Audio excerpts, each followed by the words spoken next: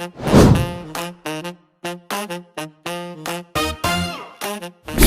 Dr. Nelly Mulyaningsih, spesialis jantung kardiologi intervensi. Wow, itu apa dokter? Kalau bagi kita orang awam ya, kardio apa tadi? Kardiologi intervensi. Nah apa itu dok? Lebih spesifiknya ke Jadi apa? setiap spesialis itu kan pasti ada subspesialisnya lagi, lebih ke spesifik bidangnya. Nah di jantung itu ada macam-macam. Salah satunya adalah kardiologi intervensi. Itu kerjanya kalau yang mungkin tahu pasang ring. Oh, Ya, ring. kalau teman-teman tahu pasang ring, nah ini saya tukang pasang ring. Ibaratnya kalau saya sering ngomong sama pasien-pasien itu, saya ini PDAM. Jadi tukang ledeng, tukang bersihin ledeng-ledeng yang mampet-mampet, nah itu saya kerjaannya.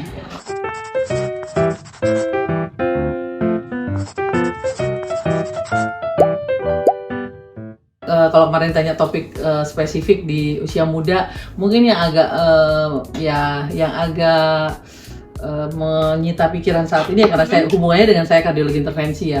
Itu adalah angka serangan jantung ya. Kalau dulu kita lihat orang serangan jantung atau orang sakit jantung kebanyakan yang tua-tua ya kan. Tapi sekarang itu nggak sedikit pasien-pasien saya yang datang ke rumah sakit, yang datang untuk serangan jantung dikirim dari rumah sakit lain untuk pasang ring, usianya sekarang sudah mulai turun. Kalau dulu mungkin awal-awal 60-an, terus kemudian turun jadi 50-an, sekarang bahkan yang termuda yang pernah saya pasang ring itu adalah umur 19. Wah, Gen Z. Oh, Gen Z. Masih muda banget ya? Iya, baru lulus SMA, belum lama. Padahal dulu tuh viralnya kalau punya penyakit jantung berarti orang kaya. Hanya orang kaya yang punya serangan jantung. Dia penyakit mahal, tapi tidak melihat kaya atau enggak siapa seorang ya. Tapi ngomong-ngomong, umur 19 tahun bisa kena serangan jantung. Kira-kira apa penyebabnya, dokter? merokok. Perokok Kebetulan pasiennya merokok mulai dari umur 5 tahun. 5 tahun sedang rokok. 5 tahun tuh belum TK loh. Udah tahun TK dong. Oh, TK. Oh ya TK sih, udah TK. Tapi perokok pasif. Ya, Oh, dok, nggak ya? merokok. Oh, merokok. Kok bisa dokter? Itu kasusnya beneran ada, dok. Oh, di Banyuwangi banyak banget. Oh, banyak Jadi, ya. Di Banyuwangi saya dulu zaman kita belum punya kateterisasi, lab kateterisasi, sering banget saya ngirimkan ke Surabaya ya. Ke Surabaya. Di sana itu pasti bilang, ini orang Banyuwangi ini makannya apa ya? Semuanya kapur. Jadi pembuluh darah yang menyempit, mungkin juga kan kita screeningnya memang udah terlalu ketat banget. Jadi bener-bener yang dikirim tuh udah yang jelek-jelek banget ya. Jadi kesana tuh bener-bener yang kita jantung tuh ada 3 pembuluh darah. Oke, apa aja tuh, dok?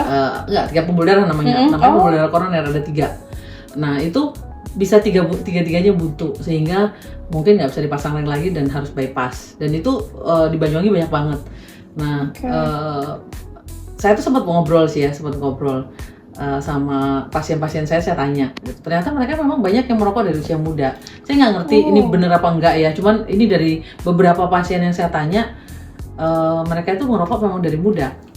Jadi ada begini kejadiannya tuh, kayak misalnya panen di sawah ya, kan semuanya mungkin pada ngumpul tuh yang laki-laki kan, ada kakeknya, mungkin ada bapaknya, terus pada rokokan. Nah itu biasanya ya mereka ngerokok ya nggak apa-apa gitu loh. Itu ini berdasarkan pengakuan dari beberapa pasien saya gitu. Jadi saya agak kaget juga ya.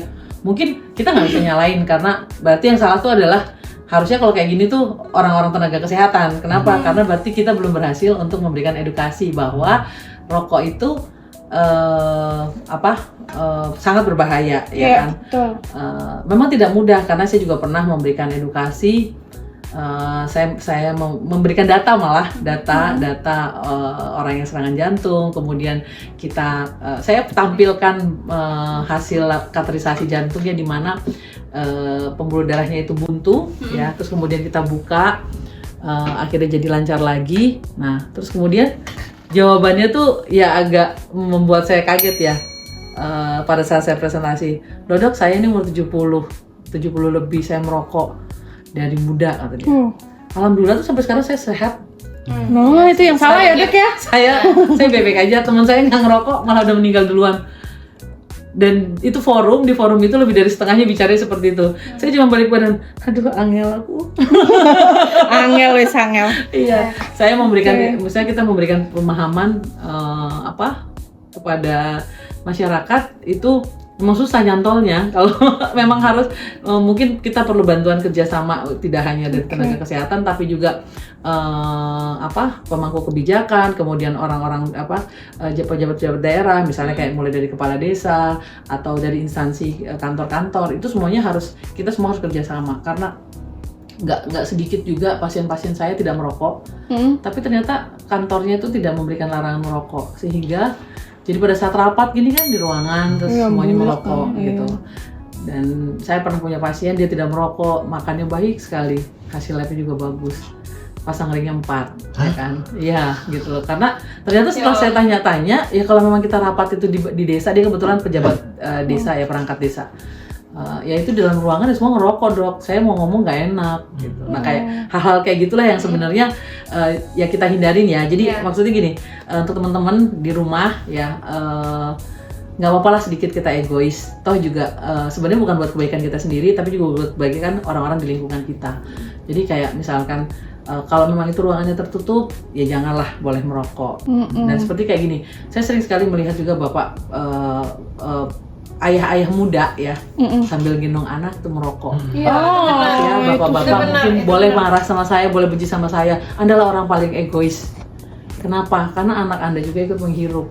Jadi saya rasa dia punya hak untuk hidup sehat ya. Ya mungkin betul. Ada yang bilang pasien saya, enggak Dok, rokok itu nggak menyebabkan kematian. Enggak, emang yang menyebabkan kematian adalah serangan jantungnya, ya kan? Dan kita nggak pernah tahu sel tubuh kita itu jenisnya yang seperti apa. Kan ada ya, kayak gini aja yang paling gampang, kayak cabai ya, pedes. Mungkin buat satu orang cabai satu itu udah bikin dia sakit perut, udah bikin dia kepedesan. Tapi ada orang yang udah makan cabai semangkuk kan nggak apa-apa. Begitu juga dengan sepertinya rokok dan paparan-paparan yang lain. Ada orang mungkin ngerokok sampai 4 bungkus. Dalam sehari. Iya. Hari ini saya mengkateterisasi 2 pasien, ya. Sama-sama perokok. Tapi yang satu merokoknya lebih sedikit dan hasil pembuluh darahnya lebih jelek. Yang merokok lebih banyak, dia ada pemimpitan tapi nggak perlu pasang ring. Artinya apa? Tiap orang itu berbeda merespon suatu paparan. Ya itu kan namanya paparan kan. Ada suatu zat luar yang terkena dengan sel tubuh kita, kemudian tubuh kita merespon. Nah tiap orang berbeda, sama halnya seperti cabai yang saya bilang tadi. Jadi kita nggak tahu kita tuh ada di posisi yang mana. Makanya lebih baik ya jangan dimulai gitu. Jadi gitu loh. Jadi ya mendingan nggak usah gitu. Karena itu tadi kita nggak tahu posisi kita di mana. Betul ada memang yang ternyata masih baik-baik aja. Entah juga mungkin dia kan hidup yang lainnya nggak ada masalah, sehat, olahraganya rajin. Itu yang kemudian membantu juga untuk mempertahankan kondisinya. Tapi itu berapa banyak sih? Dan apakah kita ada jaminan kan? Enggak.